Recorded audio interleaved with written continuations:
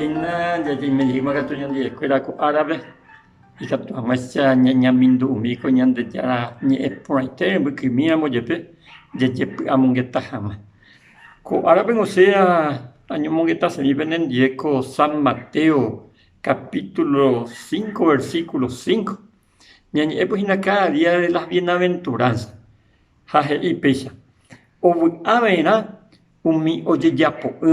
que hay nave bienaventurados los mansos, pero oye ya po tu pao me esta supercuera imba etena. Aquí es importante, y tu pan más me está yendo ya tu pan la y imba etena, mi ya po mi ipu aporaba, mi imarangatúa, mi ipu agua prueba. Hape Salmos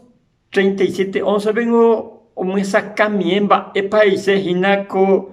ñane manso aje y pesa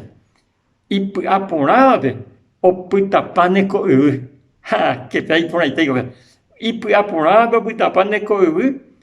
hap agua pupe oi con y pupe ñande ko ape ariko an tebe ni hetaña de la pisa cuera no huele coitia beti pedazo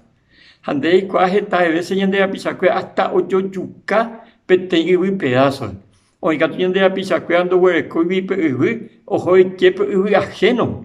Jaupepe a veces o intervenir la justicia, oiko entonces habían de yara y mañana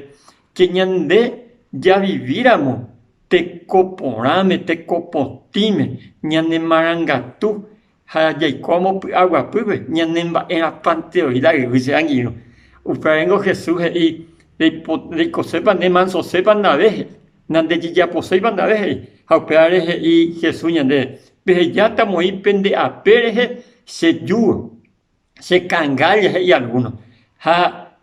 peje mañana se jeba y se pase se copi agua pu ha simba y se para ser manso How pesamos bebe juta y la pena pues un pene corazón vende coede ngora pe agua pu añetete. Hasta alguien de ya me sean debe antes que ya uputila ko ya uputi pata ya nemba en pante oida. Pero ya de ya y botar ya güey copi agua pu este donde hay gato en esa pe ya agua pu y que por toda la eternidad. Ya podemos que también ver ese anguino ko ara. Ya de ya tandemos yo how paite ya po vieto se por amaitene.